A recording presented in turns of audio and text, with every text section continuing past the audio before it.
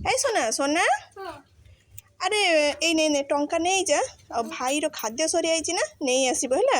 ସେରିଗ୍ରୋ packet ନେଇ ଆସିବୁ ମନେ ପକେଇକି ନେଇ ଆସିବୁ ଭୁଲିବୁନି ଯା ଯା ଯା ଜଲ୍ଦି ଯା ମା ମା ନିଅ ତମର ନେଇ ଆସିଲି ସେରିଗ୍ରୋ ପ୍ୟାକେଟ୍ ନେଇ ଆସିଛୁ ଆରେ ବା ଇଏ ଭିତରେ ଗୋଟେ ଭଲ ତାଟିଆଟେ ଦେଇଛି ଆଉ ଭଲ ହେଲା ଭାଇକୁ ଖୁଆଇବା ପାଇଁ ଭଲ ହେଇଛି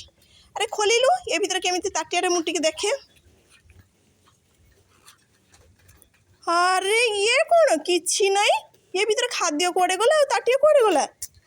ମାମା ତମର କିଛି ମନେ ରହୁନି କି କ'ଣ ହେଲା